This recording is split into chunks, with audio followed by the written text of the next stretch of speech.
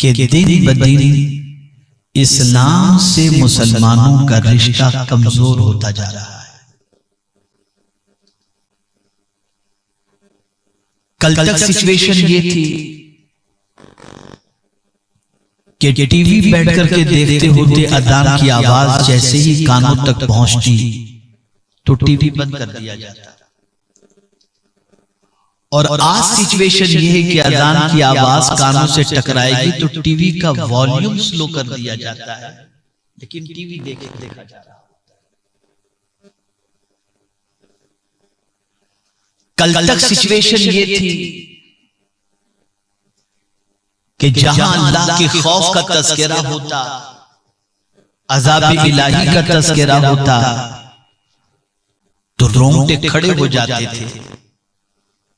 और आज अगर तज़किरा किया जाए तो कानों पे जू तक भी नहीं रहेंगे।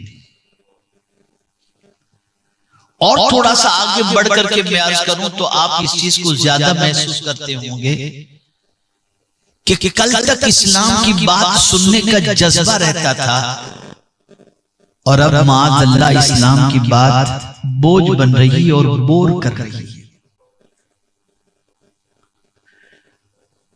आदमी ये महसूस कर रहा है कि यार ये क्या सब चीजें हैं, छोड़ो। दिन ब दिन हमारी जिंदगी से इस्लाम का दिया बुझता हुआ दिखाई दे रहा है। और दौरे हाजिर के हवाले से मैं अर्ज करूं तो गलत न होगा कि इस्लाम का दिया मुसलमानों के सीने में टिमटिमाता हुआ नजर आता है। अल्लाह ही उसकी हिफाजत फरमाए।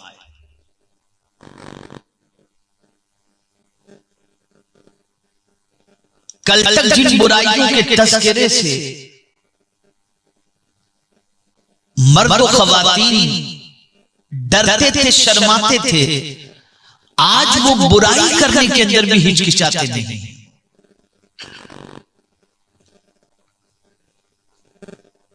और आलमी सतह पर यह देखा जा रहा है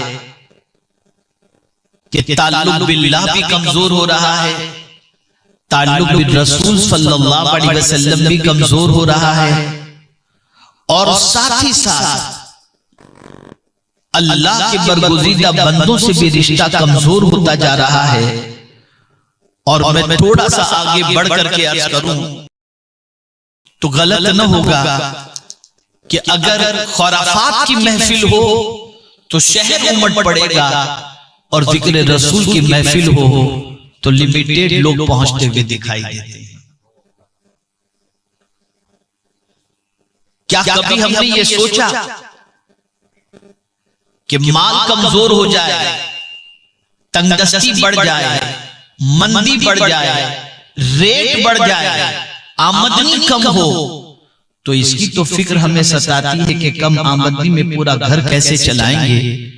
लेकिन कभी ईमान कमजोर हो रहा है इसके बारे में सोचने का ख्याल पैदा हुआ?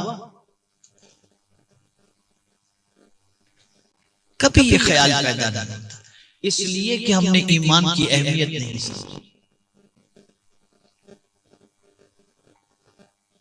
ईमान वो अजीम सरमाया है जो जमीन के ऊपर भी काम आएगा, जमीन के अंदर भी काम आएगा, मैदान महशर में भी काम आएगा। यहां तक कि अगर गुनाहों की वजह से अल्लाह अज़्ज़ व जल्ल ने जहन्नम में डाल भी दिया, लेकिन ईमान है तो ये ईमान जहन्नम से निकालने के लिए भी हमें काम आएगा। ये ईमान, लेकिन आज ईमान का दिया कमजोर हो रहा है, अल्लाह पर तवक्कुल घट रहा है, अल्लाह पर यकीन कमजोर हो रहा है, अल्लाह पर भरोसा कमजोर हो रहा है, अल्लाह की शान रज़्ज़ाक़ियत के बारे में भी इंसान का अकीदा कमजोर हो रहा है। ये सारी चीजें इतनी कमजोर हो रही हैं कि अब सोचते हैं कि कहां से शुरू करें और क्या बताएं। इंग्लैंड की सरजमीन हो या वेस्टर्न वर्ल्ड हो या एशिया हो, अब दहरियत की तरफ और लादीनियत की तरफ इंसानों का रुझान बढ़ता जा रहा है। वो नौजवान जो कॉलेज और यूनिवर्सिटी में पढ़ रहे हैं और जिनका घरेलू बैकग्राउंड दीनी नहीं है, या अगर थोड़ा सा है भी लेकिन माँ बाप पढ़े लिखे नहीं हैं, तो आहिस्ता आहिस्ता बच्चे इस्लाम के सिलसिले में नावाकिफियत की बुनियाद पर इस्लाम से अपना फासला मेंटेन कर रहे हैं, बढ़ा रहे हैं, दूर कर रहे हैं, इस्लाम से दूर हो रहे हैं और एतराजात माअज़ल्लाह इस्लाम पर कर रहे हैं। कल उन्हीं एतराजात में से एक एतराज का जवाब इंशाअल्लाह मैं सुन्नी दावत इस्लामी की हफ्तावारी सुन्नी इज्तिमा में कल मरकज पर इंशाअल्लाह दूंगा। कल का बयान जरूर आप सुनिएगा। और वो एतराज क्या है? जब अल्लाह रहमान और रहीम है तो ये गम क्यों?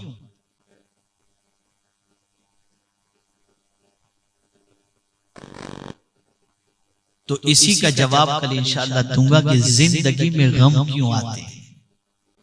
इसको इंशाअल्लाह कुरान और हदीस की रोशनी में पेश करने की मैं सआदत हासिल करूंगा। तो अर्ज ये कर रहा था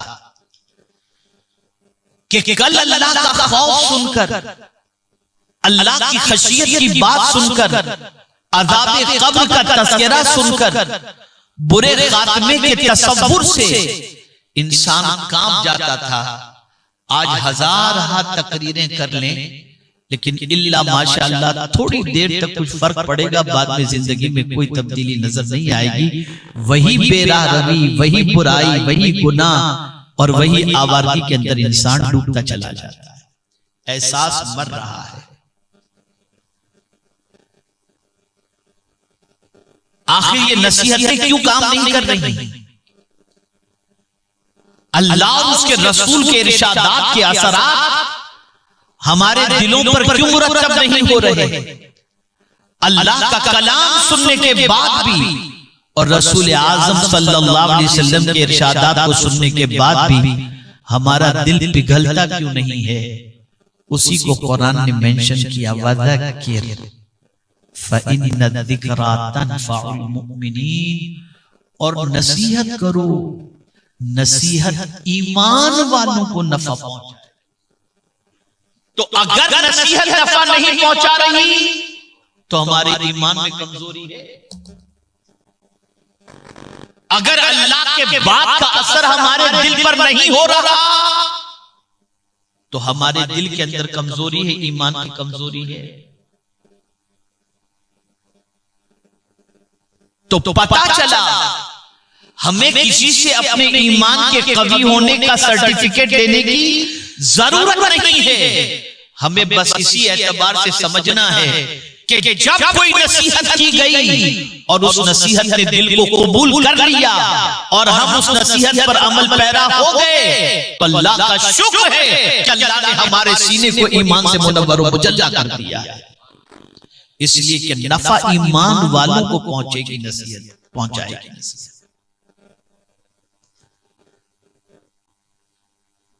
यहां तक कि दीवार पर लिखी हुई नसीहतें लोग कबूल कर लेते। तो आइए मैं भी कुछ नसीहतें आज करने के लिए हाजिर आया हूं, और वो नसीहतें मेरी नहीं है, अक़वाल मेरे नहीं है। हम जो या गौस अल मदद का नारा लगाते हैं और गौसे पाक रज़ियल्लाहु ताला अन्हु की शान और उनके मर्तबे का तज़किरा करते हैं, जिनकी शान इतनी अर्फ़ो आला कि इमाम इश्क़ मोहब्बत कहते हैं, सर भला क्या कोई जाने के है कैसा तेरा, औलिया मलते हैं आंखें वो है तलवा तेरा। और जिनकी शान ये कि इमाम इश्क़ मोहब्बत कहते हैं, कसमें दे दे के खिलाता है पिलाता है तुझे, प्यारा अल्लाह तेरा चाहने वाला तेरा। इतना ऊंचा मर्तबा गौसे पाक का, शिकमे मातर से वली बनकर के पैदा हुए, और एक रिवायत के मुताबिक 17 पारे के हाफिज पैदा हुए। तो जाहिर सी बात है जो इतना बड़ा हो, जिसकी इतनी बड़ी शान हो, उसकी बात हल्की फुल्की तो नहीं होगी। उसके कलेमात, उनके अल्फाज, उनकी नसीहतें इतनी जामे होंगी कि उन नसीहतों पर अमल करने के बाद इंसान की जिंदगी में इनकलाब पैदा हो जाए। हम बोलते हैं तो अपने उस्तादों से सुनकर, किताबों से पढ़कर बोलना शुरू करते हैं, मश्क करते हैं, फिर सीखते हैं, फिर बयान करते हैं। लेकिन जिसने बोलना ही शुरू किया हो मुस्तफा के लुआब दहन को पीने के बाद, उसकी जबान की तासीर का क्या कहना।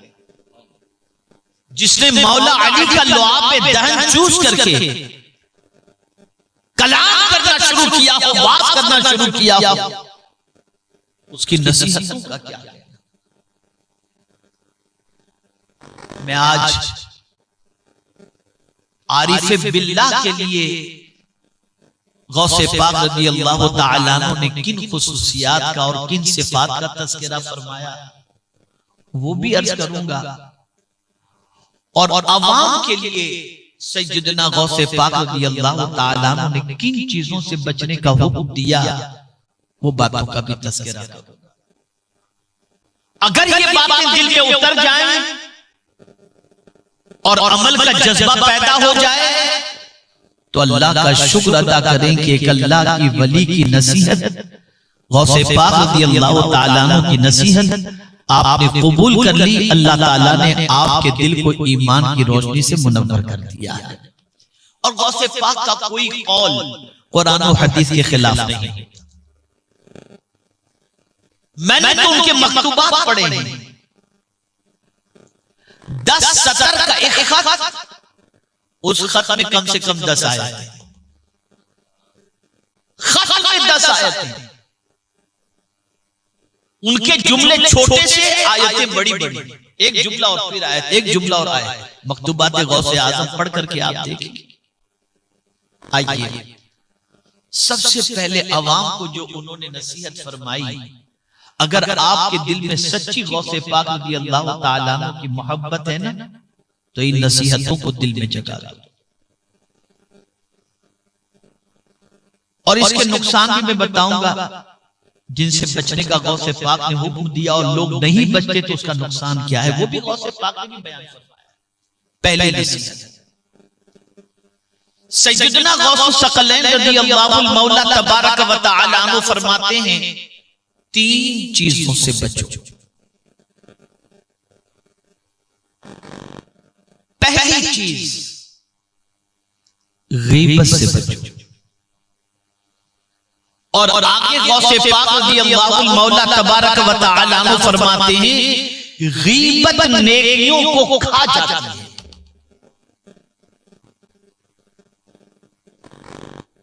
पीठ पीछे किसी की बुराई करना, यह है गीबत। और आक़ाए करीम सल्लल्लाहु अलैहि वसल्लम ने इरशाद फरमाया, अल गीबतु अशद्दु मिनज़ ज़िना, गीबत ज़िना से भी सख्तरीन है, सख्तरीन गुनाह है। अब ये फरमाया गया कि गीबत नेकियों को खा जाती। जहां आपने किसी की गीबत की, आपके दफ्तर से नेकियां निकल गई। कहां चली गई नेकियां? कहां चली गई? इसको मैं हदीस से आपको समझाता हूं। आक़ाए करीम सल्लल्लाहु अलैहि वसल्लम ने सहाबा से फरमाया, तुम जानते हो कि मुफलिस कौन? आज भी अगर किसी से पूछा जाए कि मुफलिस कौन है, तो आदमी जवाब देगा, जिसके पास पैसा कौड़ी न हो वो मुफलिस है। सहाबा से पूछा गया, आक़ाए करीम सल्लल्लाहु अलैहि वसल्लम ने फरमाया, मुफलिस कौन है? तो साहबा ने भी अर्ज़ किया, जिसके पास दिरहम और दीनार न हो मुफलिस है। तो सरकार सल्लल्लाहु अलैहि वसल्लम ने फरमाया, सुनो मुफलिस कौन है। इरशाद फरमाते हैं आक़ाए करीम सल्लल्लाहु अलैहि वसल्लम, जिसका मफ़हूम है मुफलिस वो है जिसने दुनिया में बहुत नेकी की, नमाज, रोजा, हज, ज़कात सब कुछ किया, लेकिन कयामत में जब वो अल्लाह की बारगाह में हाजिर होगा तो उसके दफ्तर से सब खत्म हो चुका, वो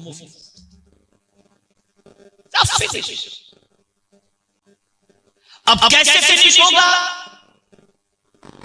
तो आक़ाए करीम सल्लल्लाहु ताला अलैहि वसल्लम ने इरशाद फरमाया, दुनिया में वो नमाजी, वो इबादत गुजार, वो नेकी करने वाला, उसने जिस किसी को गाली दी होगी, जिस किसी की बुराई की होगी, जिस किसी की गीबत की होगी, कयामत में उस नेकी करने वाले की नेकियां उठाकर अल्लाह जिसकी गीबत उसने की थी उसको सारी नेकियां अता कर देगा। और फिर मजीद सुने, अगर वो नेकियां उस बंदे को जो सताया गया था या जिसके खिलाफ गीबत की गई थी, झूठ कहा गया था, गालियां दी गई थी, अगर वो नेकियां पूरी नहीं पड़ेंगी तो जिसकी जो है उसके गुनाह उठाकर इस गीबत करने वाले के नाम अमाल में डाल दिए जाएंगे। आप जरा सोचो, इसीलिए अल्लाह वालों की बड़ी अजीब पोजीशन है। जब कोई किसी अल्लाह के वली की गीबत करता हो, कोई आकर कहता फलां ने आपके सिलसिले में बुरा कहा है, तो बुरा कहने वाले के लिए वो तोहफा लेकर के जाता, और जिसने बुराई की होती उससे जाकर कहते ये तोहफा कबूल कर लो। वो कहता हुजूर किस चीज का तोहफा? कहा जो तुमने तुम्हारी नेकियां मुझे दे दी ना, इसके एवज में हम तुम्हें तोहफा देने के लिए आए हैं। और आज मैं पूछना चाहता हूं, वो कौन सी नशीद है जहां पर गीबत नहीं होती?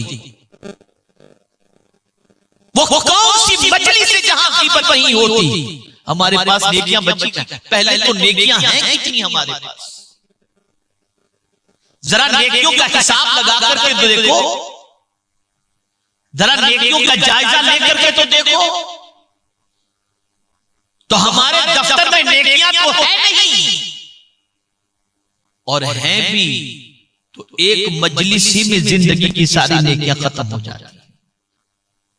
और अल्लाह रहम करे हमारी ख़वातीन इस्लाम पर कि बस मैं कुछ कह नहीं सकता। तो सैयदना गौसे पाक रज़ियल्लाहु मौला तबारक व तआला फरमाते गीबत से बचो, गीबत नेकियों को खा जाती है। आइए इमाम आजम याद आ गए मुझे।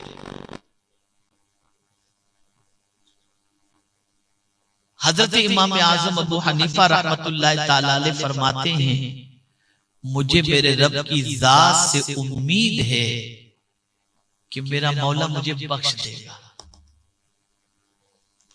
लोगों ने पूछा हुजूर कसरत तिलावत कुरान की वजह से, तदवीन फिक़ह की वजह से, इबादत और रियाजत की वजह से, दर्स और तदरीस की वजह से? हुजूर ये तो बताएं कि आप जिस अल्लाह अज़्ज़ व जल्ल से उम्मीद रखे हैं कि अल्लाह रब्बुल इज़्ज़त जल्ल जलालहू आपको बख्श देगा, तो हुजूर ये तो फरमाएं कि किस अमल की वजह से आप इस तरह से फरमा रहे हैं कि अल्लाह करम की नजर फरमा करके बख्श देगा। इरशाद फरमाते बस एक ही अमल की वजह से। पूछा गया वो अमल कौन सा? फरमाते मैंने जिंदगी में, मुझे याद है जब तक मैंने किसी की गीबत नहीं, और इस अमल की वजह से मुझे मेरे रब की जात से उम्मीद है कि मेरा मौला मुझे बख्श देगा। गीबत इतना बड़ा गुनाह है, कुरान कहते हैं वला यग़्तब बअदुकुम बअदा अयुहिब्बु अहदुकुम अन याकुल लहम अखीहि मैतन फकरिहतुमू। एक दूसरे की गीबत न करो। क्या तुम ये पसंद करते हो कि अपने मुर्दार भाई का गोश्त खाओ? ये कुरान कह रहा है। तो मुर्दार भाई का गोश्त खाना और गीबत करना ये दोनों बराबर है।